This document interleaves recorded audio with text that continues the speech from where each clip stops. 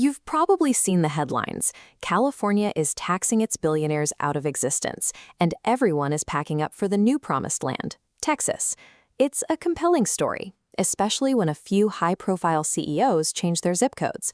But there is a gap between the social media comments and the macroeconomic data. If everyone is leaving, why is the wealth staying? To find the answer, we have to look past the static headlines and map the data chronologically, following the biological life cycle of a business, from the moment it's born to the day it reaches legacy status.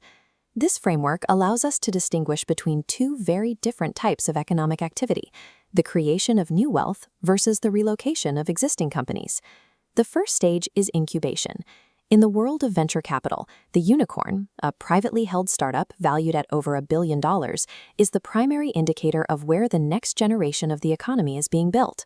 This chart breaks down the current unicorn population by state. Texas is currently home to 33. California is home to well over 300. This gap exists because of venture capital. Investors put their money where the engineering talent and the density of the startup ecosystem are highest. This chart shows the distribution of U.S. venture capital funding.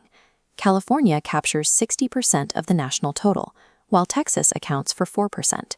In terms of raw capital, that represents nearly $200 billion flowing into California startups in a single year. If you want to birth a company from scratch and scale it, the required capital and engineering networks remain overwhelmingly concentrated in California. But startups eventually mature. As a company ages, its priorities shift. The goal moves away from radical, risky growth and towards protecting margins and lowering tax bills. This is where Texas holds its strongest statistical lead. In the latest Fortune 500 rankings, Texas officially pulled ahead of California with a 57-56 advantage in corporate headquarters. The important detail is how Texas acquired those companies. For the most part, they didn't grow them natively, they imported them. Look at the Texas roster. ExxonMobil, Chevron, McKesson. These are legacy oil, gas, and logistics giants that relocated to lower their taxes on revenue streams that were built decades ago.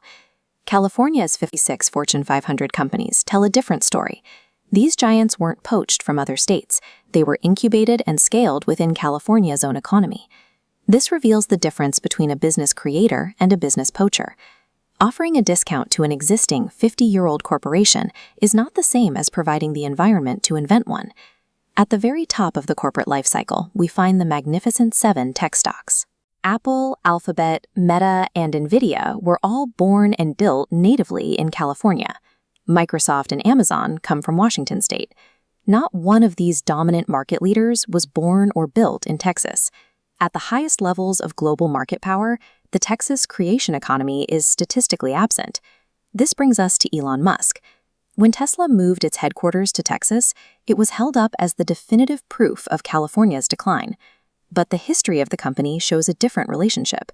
Tesla is entirely a product of the specific risk capital and engineering talent that only existed in the San Francisco Bay Area. When Tesla actually began manufacturing, the Texas government used strict franchise laws to protect local dealership monopolies, making it illegal for Tesla to sell cars directly to Texans. Texas only became an attractive destination for Tesla once the company had already become a multi-billion-dollar manufacturing giant, looking for a way to reduce its tax burden. California built Tesla from the ground up. Texas simply provided a discount once the work was finished. Texas is undeniably business-friendly for companies that have already reached maturity. If you are an established oil company or a billionaire looking to protect existing wealth from taxes, it is a logical destination.